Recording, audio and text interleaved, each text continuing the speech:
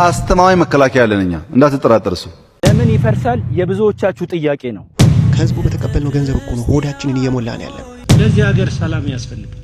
ሰላም ዩቲዩብ እንዴት ናችሁ? እነሆ ዛሬም በሌላ ቪዲዮ በሌላ አጀንዳ ወቅታዊ በሆነ መረጃ ተመልሼ መጥቻለሁ። እስከ ቪዲዮ መጨረሻ አብራችሁን ቆዩ። በዛሬው ቪዲዮአችን በዛሬው መናገር አጀንዳችን እንግዲህ ሀገራችን ኢትዮጵያ ከምን ደረሰች፣ እናታችን ቅድስት ኦርቶዶክስ ተዋሕዶ ቤተክርስቲያንስ እንዴት አደረች የሚለውን ነገር አብረን የምንመለከት ይሆናል። እስከ ቪዲዮ መጨረሻ አብራችሁን ቆዩ። ቪዲዮን ከመመልከታችሁ በፊት ላይክ፣ ሼር፣ ሰብስክራይብ ማድረጋችሁ እንዳዘነጉ። ወደ ቪዲዮ። ከህዝቡ በተቀበልነው ገንዘብ እኮ ነው ሆዳችንን እየሞላን ያለን። ኦርቶዶክሳውያን እንደተለመደው ይሄንን ቪዲዮ ሼር፣ ኮፒ ሊንክ፣ ሪፖስት አድርጉልኝ ባካችሁ፣ ብዙ ሰዎች ጋር እንዲደርስ አድርጉልኝ። አገልጋዮች ግን ለምንድን ነው ከዘረኝነት የማትወጡት? ምንድን ነው ችግራችን? ከንቱ ድካም እኮ ነው እየደከመን ያለ ነው። ራእይ መጽሐፍ ምዕራፍ 5 ቁጥር 10 ላይ ከህዝብ ከነገር ከቋንቋ ከአህዛብም ሁሉ አይተ ለአባትህ ካህናት እንዲሆኑ አደረካቸው የሚል ቃል አለና ምንድነው በቀለም በቆሳ በቋንቋ መለያየት?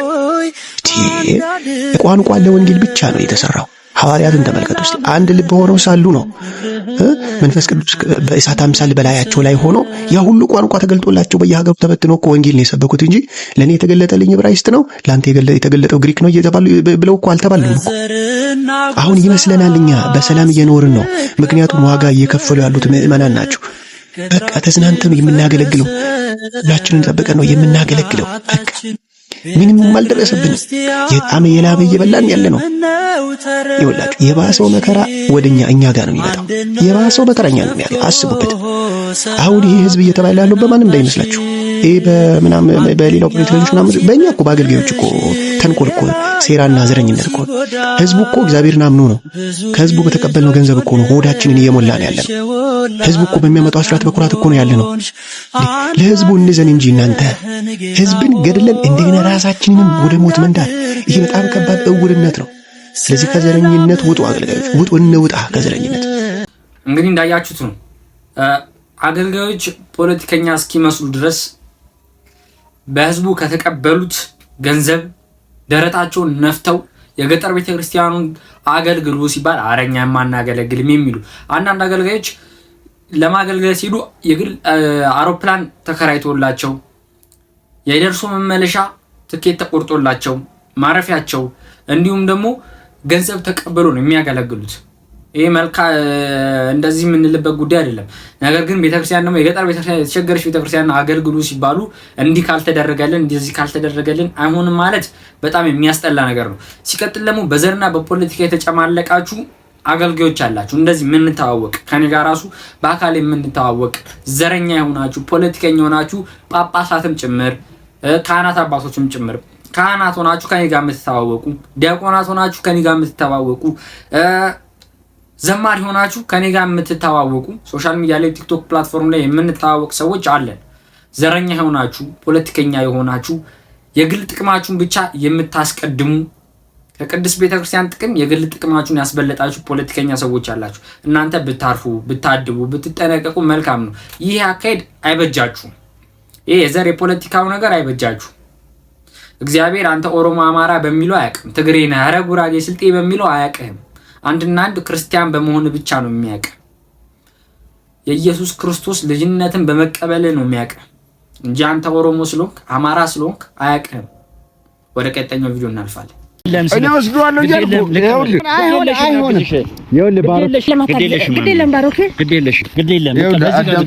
ይልቅ እንደዚህ አድርግልኝ። እኔ በረከት ይኸውልህ ይሄን ልቀቅልኝና ይሄን ላግዝ። ግድ የለም ኧረ ግድ የለም አልኩህ። ምን ወስደዋለሁ። ይልቅ ይኸውልህ ይሄ ቤተክርስቲያን ተሰርቶ እንዲያልቅ አንተ ለመቤቴ አስራት በኩራታቸውን የሚያወጡበትን 81 ቁጥር በደንብ አድርጋ አስተዋውቅልን። በዚህ ቤተክርስቲያን ፍጻሜ የበኩሉ እንዲያርክ ንገርልኝ። ይሄን ተነገርክልኝ በቃ እንዳገዝከኝ ቆጥሯል። ሁሉም የእናቱን በረከት እንዲያገኝ እሺ። እመቤታችን የግሸን ማርያም ህንጻ ቤተክርስቲያን ከፍጻሜ ሊያልቅ 30 እና 20% ብቻ ነው የቀረው። እነዚህ የሚያፈሱ ጣራዎቿ ዛሬ አያፈሱም፣ ዛሬ ታድሰዋል። ነገር ግን ታቦተ ሕጓን ከመንበረ ክብሯ ለማስገባት ማርያምን እመኑኝ፣ ይሄ በረከት እንዳያመልጣችሁ። በ8121 ላይ የንግድ ባንክ አካውንት ያላችሁን ነገር በማስገባት ስጦታ መባችሁን በማድረግ ከበረከቱ ተካፈሉ። ይሁሉ አርቲስት፣ ይሁሉ የሚዲያ ባለሙያ፣ ይሁሉ መምህራን፣ ይሁሉ ዘማሪያን ዛሬ አምባሰል ተራራ ላይ ተገኝቷል። ምክንያቱ ምንድነው? ምክንያቱ እንግዲህ የጌታዬ እናት እመቤቴ ቅድስት ድንግል ማርያምን ቤት ለመስራት ነው። እንግዲህ የዛሬ ዓመት ትዝ ካለ አብረን ነበርን። በጣም ድንቅ ጊዜ ነበር ያሳለፍነው። በጣም ሆድ የሚያባባ ነበረ። ልክ አልነበረም የነበረው ነገር። ቤቷ ፈርሶ አይተነው ነበረ። ዛሬ ደግሞ በአመቱ እውነት በእናንተ ደጋግ ኢትዮጵያውያን፣ በእናንተ ደጋግ ኤርትራውያን፣ እናንተ ኦርቶዶክሳውያንና ከኦርቶዶክስ ሃይማኖት ውጪ ባላችሁ ሰዎች አማካኝነት እንግዲህ በእነሱ አማካኝነት የሃይማኖት ሰዎች ያሉን እንኳን በጣም ሲሳተፉ እንደነበር አስተውለናል። ታስታውስ በእነሱ አማካኝነት እዚህ ደርሷል። ስለዚህ ሳንጨርስ አንለቅም። ምን ነገሩኛ አይደለም የምንሰራው ራሷ እመቤታችን ነች እና የተገኘንበት ምክንያት እሱ ነው። ስለዚህ አሁንም ሊያልቅ በጣም ትንሽ እንትኖች እንደቀሩት 30-40% እንደቀሩት እየነገሩን ያሉትና አሁንም የተጀመረው ነገር ከፍጻሜ እንዲደርስ ምን ያደርጉ? ከባዱና ትልቁ ስራ መጨረስ ነው። ስለዚህ ከፍጻሜ እንዲደርስ የበኩላችሁን አስተዋጽኦ አሁንም እመቤቴ ልጆች አሏት አውቃለሁኝ። ምንድነው ማለቁ ስለማይቀር ከበረከቱ ተካፋይ ሁኑ። በረከት ነው። በአምባሰል ተራራ የጌታችን አማናዊ መስቀል ያለበት በመስቀለኛው ቅዱስ ስፍራ የመማፀኛ ስፍራችን ግሸን ደብረ ከርቤ። አዎ ግሸን ደብረ ከርቤ። ደሚልኝ ከፊት ጉዞ እንዲቀና ያላንቺ ጎዳናው አይገፋምና እጠብቅሻለሁ በመጠበቂያዬ መመኪያዬ ድንግል አንቺ ነሽ ተስፋዬ። የግሸኗ ንግስት የግሸኗ እመቤት የሰራችውን ድንቅ ስራ ተመልከቱ። ዛሬ የካቲት 25 እንዲሆኗል የግሸን ተራራ ላይ ኑ ተመልከቱ። ይህ የምትመለከቱት ስንት ሰው ነው የሚጭነው? ስንት ሰው ነው የሚጭነው? 31 ሰው ጭኖ ነበር። ተመልከቱ። አሁን ይሄ መኪና ወድቋል። አንድ ሰው ግን አልተጎዳም። ስንት ሰው ነበር የጫነው? መገንጣ ወርዷል። 27 ሰው። ስንት ሰው ነበር የጫነው? 27 ሰው። አንተ ከላይ ነበር? ከላይ ነበርኩ እኔ እና በቃ ታኮ እያደረግ ምናምን የተወሰነ ነገር ከላይ ተንሸራተተ። እሺ መጣ እዚህ ላይ ተቀለለ፣ ወደቀ። ምንም ነገር አንድ ሰው እንዲጫረር አለ። ምንም ሰው ምንም ሰው ግን መኪናው ሙሉ ነበር። ሙሉ በቃ 27 ሰው ጭኗል። እግዚአብሔር ይልኩ እና የሷ ተአምር ነው። በቃ የሷ ያን እንጂ እሱ ጭኗል። ማርያምን የእመቤታችን ነው ያጀሱ የእመቤታችን እየወጣ ነበር በቃ ላይ ሲወስ ደከመበት። ያው ሹፌሩን ጎበዝ ነውና ተቀለለው። ኦኬ እንጂ ወደ ገደልም ሊወድቅ ይችል ነበር። አዎ ሊሄድ ይችል ነበር። ሄዷል። በቃ ከሄደ በኋላ ነው ተቀልሎ ወደ ጥግ ያመጣው። ተመልከቱ። ሙሉን የመኪናውን ሙሉን ፓርት ላሳያችሁ። ኑ አንዴ ተመልከቱት። ሙሉ መኪና ነው የተኛው። አንድ ሰውም አልተጎዳም።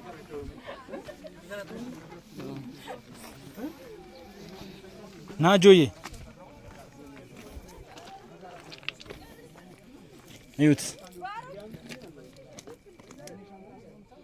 ታዲያ ይህንን ተአምር ሼር የማያደርግ ኮፒ ሊንክ የማያደርግ ኦርቶዶክሳዊ አይኖር። እመቤታችን ወላዲተ አምላክ ትጠብቀናለች ስንል ተረት ለሚመስላችሁ ሰዎች ኮፒ ሊንክ አድርጋችሁ አድርሱልኝ። በደንብ አሳየው ሙሉን።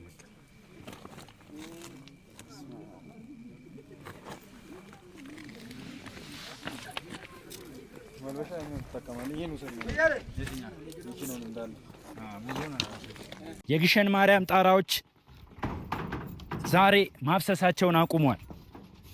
ከዚህ በላይ እዚህ ቦታ ላይ ዋጋ ተከፍሏል። አስታወሳችሁ?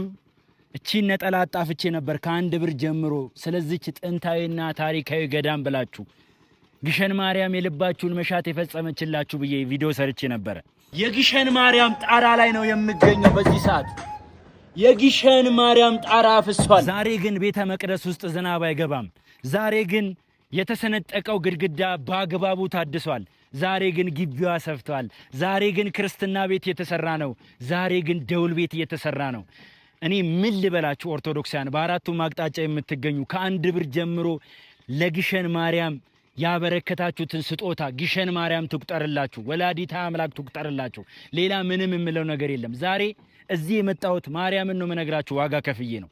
ዋጋዬ መና እንዳይቀር አብዝታችሁ አብዝታችሁ በቃ ትንሽ እኮ ነው 4 5 ጊዜ ለኔ 5 ጊዜ ኮፒ ሊንክ ማድረግ ሼር ማድረግ ያቀታችኋል። እንደው ስለ ግሸን ማርያም ይሁንባችሁ። ዛሬም የ100 ብሯን ቻሌንጅ አብራችሁኝ ተቀላቅላችሁ ታሪክ እንድንሰራ ታሪኩን እንድንፈጽመው ለአንዴና ለመጨረሻ ጊዜ የቀረችዋን 30% አገባደን መስከረም ላይ እናታችን ወላዲታ አምላክ ታቦተ ሕጓ ከመንበረ ክብሯ እንዲገባ ምክንያት እንድንሆን ነው ዛሬም የመጣሁት። አመሰግናለሁ። ለምን ይፈርሳል የብዙዎቻችሁ ጥያቄ ነው።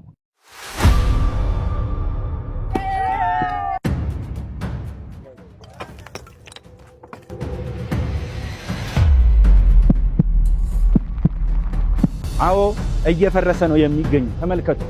ግሸን ማርያም መታችሁ እዚህ ቦታ ላይ ፎቶ ያልተነሳችሁ ሰዎች አላችሁ ብዬ አላምንም። መስከረም 21 እና ጥር 21 ቀን ታቦተ ሕጉ ከመንበረ ክብሩ ተነስቶ ህዝቡን የሚባርክበት ይህ ቦታ እየፈረሰ ነው። ለምን? ይሄ የሚፈርሰው ምክንያት አንደኛ ለአገልግሎት ስለጠበበ ከጊዜ ብዛትም ደግሞ ስላረጀና ስለወዳደቀ እንደገና በአዲስ ዲዛይን ተሰርቶ ለታቦተ ሕጉ መቀመጫ ለጳጳሳት መቀመጫና ግራውንዱ ደግሞ ለላይብራሪ ለወጣቶች መዝናኛና መማሪያ እንዲሆን አድርገን ነው የምንሰራው። ይህንን ቦታ ለመስራት ደግሞ የእናንተ እርዳታ የእናንተ እገዛ ያስፈልገናልና ይህንን እንድትሰሩ በውጭም በአገር ውስጥም ያላችሁ ምእመናን ከበረከቱ እንድትካፈሉ ስንል ጥሪያችን እናስተላልፋለን። ማን ነው ይህንን የእመቤታችንን መክበሪያ የሚጨርሰው? ቤቷን እንድትሰራ ትፍቀድልን። እመቤቴ ቅድስት ድንግል ማርያም የግሸኗ ማርያም እንድትሰጡ ትፍቀድላችሁ። እውነት ነው፣ እመቤቴ ትፍቀድላችሁ። ምን አይነት እድለኛ ናችሁ ግን ለዚህ ሥራ የራሳችሁን አስተዋጽኦ ከ1 ብር ጀምሮ የምታበረክቱ። የእውነቴን ነው የምነግራችሁ፣ ከዚህ የተሻለ የምትሰጡበት ነገር የለም። እግዚአብሔር ይፍቀድላችሁ። ወላዲተ አምላክ ትስጥልን። እንደተመለከታችሁትና ይሄንንም እንዳያችሁት ነው እንግዲህ የግሸን ማርያም አጥሯም እየፈረሰ ነው። እንዲሁም ደግሞ ቤተክርስቲያኗ እየታደሰ ነው።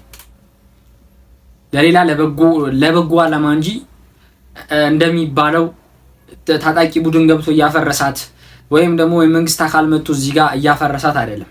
የግሸን ማርያም ተአምር እጅግ ገናናና ግሩም ነው፣ በጣም ግሩም። ከነዛ መካከል አሁን የሰማችሁት ነው። በጣም ሲበዛ የግሸን ማርያም ነገር ለማን እንዶ ተወርቶ አይጠገብም። የግሸን ማርያም ተአምር የግሸን ማርያም በረከት ጠይቃችኋት ጊዜ አፈጁ ለመመለስ። እንደው ስለ ግሸን ማርያም ያልሆነ መረጃዎች እየወጡ ይገኛሉ። ነገር ግን ያ እንደሚባለው ሳይሆን ቅድም እንደነገርኳችሁ ሳይሆን ለተሻለና ለበጎ ዓላማ ነው። አባታችን ቆሞስ አባ ብስራተ ገብርኤል የደብሩ አስተዳደር ዋና አለቃ አባት እንግዲህ ይሄ ነገር እንዲሰራ ከዚህ ቀደም እንደተነገረው ላይቭ ላይ ሲሰበሰብ እንደነበረው ገንዘብ ወደ 62 ሚሊዮን አካባቢ ብር ተሰብስቧል። ያ ሁሉ ፈሳሽ የተደረገው ለቅድስት ቤተክርስቲያን ጣራ ሲያፈስ ስለነበረ የግሸን ማርያም መንገዷ ምቹ ስላልነበረ ያን ለማስተካከል ነው። እንግዲህ አሁን የግሸን ማርያም ታምርን እንዲህ ብዬ መናገርም ባልችል የግሸን ማርያም ታምር ብዙ ነውና የግሸን ነገር ለመጥፎ ዓላማ እንደሚባሉ አይደለም እየፈረሰ ያለው ለበጎ ዓላማ ነው ማለት እፈልጋለሁ። ወደ ቀጣይኛው ቪዲዮ እናልፋለን። ኢትዮጵያ ውስጥ ያሉ የፓርቲ ፖለቲከኞች ስሙን ባልጠቅስም ስላላስፈቀድኩ አንድ ሰው ህንጻና ቤቶች ይላል መጽሐፍ ጽፎ ፓርቲዎች የፓርቲ ፖለቲከኞች ፓርቲን አስቀድመን ፖለቲካን ስናስከትል ህንጻዎች ናቸው። ህንጻዎቹ ውበታቸው አይጣል ነው። በህንጻ ውስጥ ሰው የለም፣ ፍቅር የለም፣ እውነት የለም፣ እውቀት የለም፣ ማስፈራራት ነው ይላል። ቤቶች ግን ፍቅር አለ፣ እውነት አለ፣ ሰው አለ። ምን ብሎ ያስረዳል ሰውየው? እዚህ ቤቶች ይባላል እንጂ በኢትዮጵያ ባህል እዚህ ህንጻ አይባልም። እዚህ ቤቶች ማለት ሰው አለ ማለት ነው።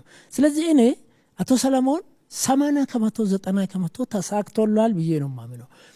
ምንድነው በአንጻሩ ደግሞ እኔ 3 ህጎች አሉ፣ የህግ ምንጮች። የተፈጥሮ ህግ ይገድባል፣ ሁሉም ነገር አይለቅም።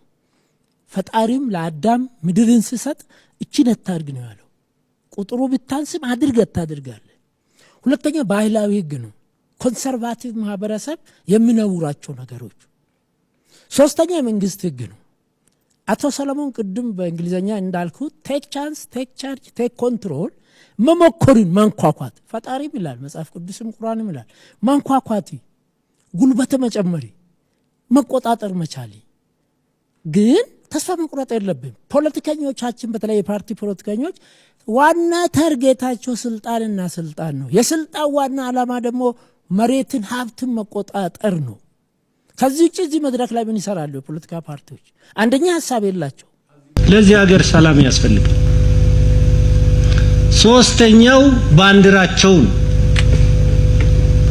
ማንኛውም የዩኒቨርሲቲ ተማሪ፣ ማንኛውም ካዴት፣ ማንኛውም ወታደር ሰልጥኖ መጨረሻ ላይ ሲመረቅ ጣቱን በምላጭ ቆርጦ ደሙን ባንዲራው ላይ አድርጎ ቃል ኪዳን ገብቶ ነው። ከዛ በኋላ ወደ ባሌ ወደ ቦሌ መሄድ የለም። ቃል ኪዳኑ አሷናል። ስለዚህ እኛ ይሄን ይዘን በብዙ ዘመናት ኢትዮጵያውያን ልጆቻቸውን ለዛውም እስከሚደክመን ደክሞን እስከምናስብ አይዲያ እስከምናመጣ ሳይሆን ያቺ ውድ ህይወቱን ከፍሎ ያቆያትን ሀገር እንዲሁ በሚዲያ ጫጫታ አገሪን መበጥበጥ አግባብ ነው ብለን እኛ አናምን። እኔ አላምንም። ፐርሰናል ወደ ጠመንጃ ማንሳት የሚያስከደው በሰላማዊ ውይይት ላይ አሸንፋለሁ ብሎ ቁርጠኛ ያልሆነ ስለ ሀገሩ ወደ ኋላ ስለመቅረቷ ስለመበደሏ በራሷም በውጭም ስለተደረገባት ተጽዕኖ ሁሉ ቁጭት ኑሮት ከዚህ መውጣት አለብኝ ብሎ መታገል የማይፈልግ ነው በ21ኛ ክፍለ ዘመን ነፍጥ ይዞ ወደ ጫካ የሚሄድ። ስለዚህ ቆም ብለን ማሰብ የሚያስፈልግ ይመስለኛል።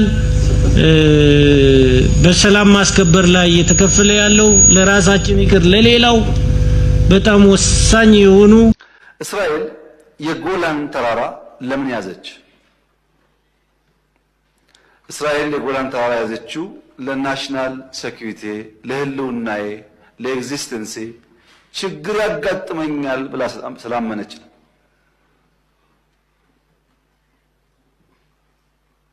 ኢትዮጵያ የባህር አክሰስ አያስፈልጋትም ብሎ የሚያምን አይገባትም ብሎ የሚያምን ሰው አንድ ተፈጥሯዊ ህግ የሳተ ይመስለኛል። ሰው ይወለዳል፣ ሰው ያድጋል፣ ሰው ያረጃል፣ ሰው ይሞታል። ይሄ ተፈጥሮ ነው። ቀይ ባህርና ኢትዮጵያም እንደዚሁ ናቸው። በሆነ ጊዜ ማርጀት፣ በሆነ ጊዜ መድከም ቢኖርም ቀይ ባህርና ኢትዮጵያ ለዘላለሙ ተነጣጥለው መኖር አይችሉም። አስተማማኝ መከላከያ ያለን እኛ እንዳትጠራጠሩ። ኢትዮጵያ አንዳንድ ፈተና ቢገጥማት እንኳ ያንን ተቋቁመው ለማሻገር የሚያስችል ቁመና እንደያዙ ጠላትም ወዳጅም ያውቀዋል። ተቋም ከኤርጎኖሚክስ ጀምረን መጀመሪያ ሎ ኢንፎርስመንት ኤጀንሲስ ገነባን። አስተማማኝ መከላከያ ያለን እኛ እንዳትጠራጠሩ። በዚህ ጉዳይ ላይ ምንም አይነት ሀሳብ አንሰጥም። ለዛሬው በዚህ ቀጣይ በሌላ ቪዲዮ እስከምንመለስ ድረስ ቸር ሰንብቱልን። ቪዲዮ ላይክ፣ ሼር፣ ሰብስክራይብ ማድረጋችሁ እንዳዘነጉ። ቸር ሰንብቱ።